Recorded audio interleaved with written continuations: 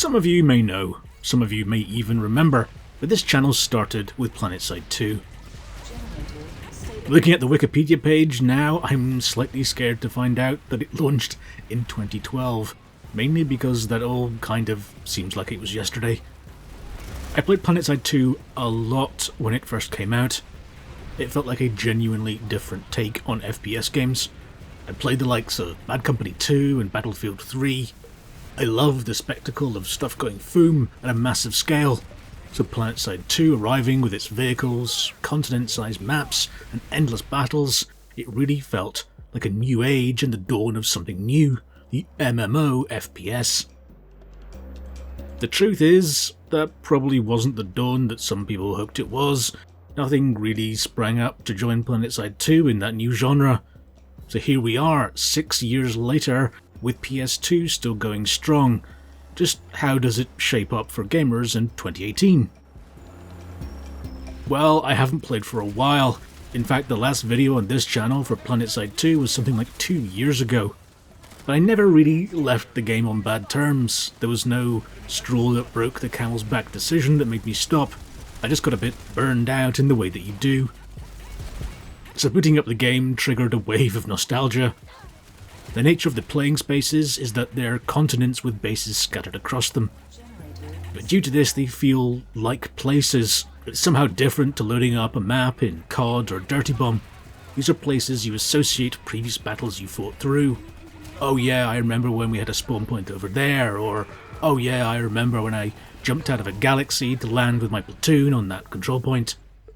The large open world nature of the continent seems to make, for me at least, a different type of memory. I'm trying to think of another game that scales like this. Perhaps Arma could be argued to in some way, but even then, it's never had the sort of numbers that Planetside 2 manages to bring together.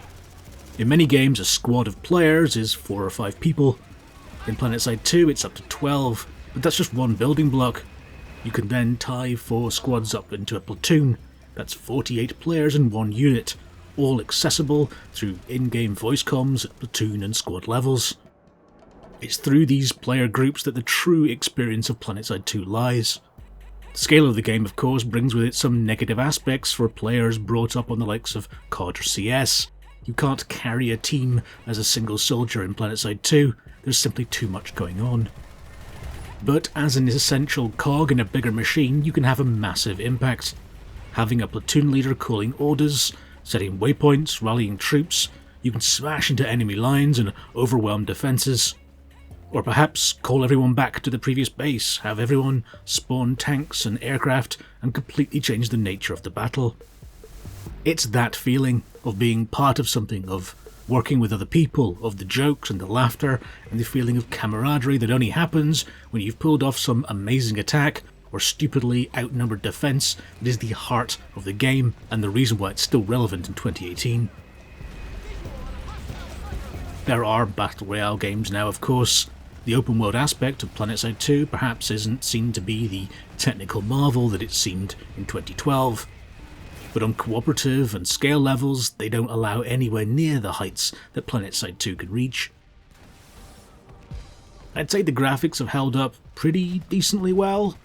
Perhaps the textures aren't as crisp, perhaps there aren't as many polys as a new title might bring, perhaps the particles and the lighting aren't quite as sumptuous as you've seen around these days.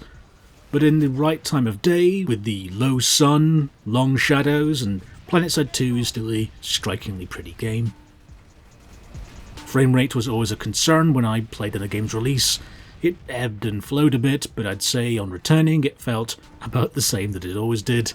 That is, that it basically seems to scale with the size of the fight. If you're having a small battle, and yes, small in Planetside 2 terms is maybe 10v10, then the FPS is really quite respectable.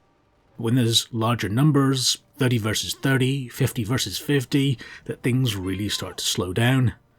It's basically always been CPU bound. From what I remember, there's basically so much data flying around from other players, network traffic, position updates, animation syncing, prediction logic and so on, that it starts to chug even on higher spec machines. Perhaps a new game might architect things in some newfangled magic manner.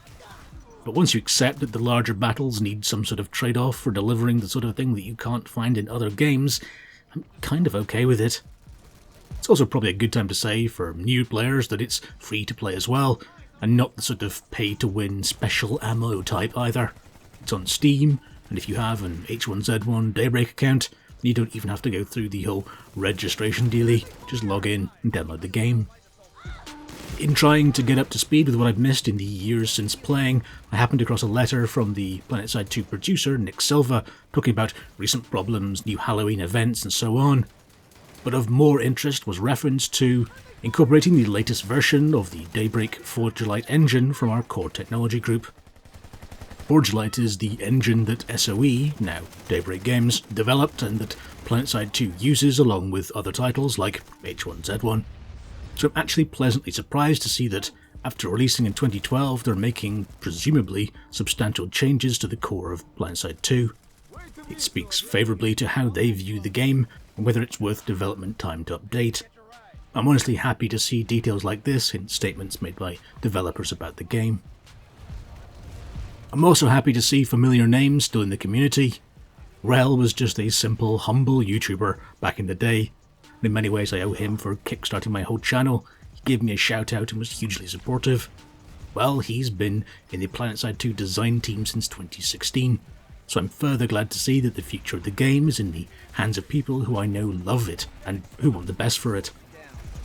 So there we have it, a game released in 2012 which really doesn't have any rivals. People may be tempted to paint it with the "it was before its time" brush, but I don't see any other titles even coming close to delivering the heart of what this game still brings to the table today. For those people who never played, I urge you to try it for yourself. Like I said, it's free, and with friends if possible. Join a public platoon of people who seem organised and taste what the game can feel like. For those of you who played a while back, I'd say that the magic of what you enjoyed for all that time is still there in Planetside 2, along with some of the things that bugged you too. Yes, I got farmed by scythes as I ran around as infantry more than once. Through it all though, I thoroughly enjoyed my time back with Planetside 2. In fact, enough to make me play it more regularly. I'm certainly not going to leave it a couple of years before I find my feet back on Auraxis. Did you ever play Planetside 2? If not, how do you think it looks these days? I'm interested to know your thoughts. Leave them in the comments below right now. I'll be reading every single one of them. Please do tap the old sub button and ring that bell icon to know when the next video has been polished to a sheen and awaits your viewing. Thank you again, and I'll see you next time. Take care.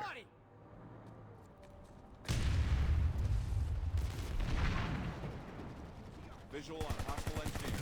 Tango down. Enemy transport vehicle in the area. Enemy soldier down. Good job.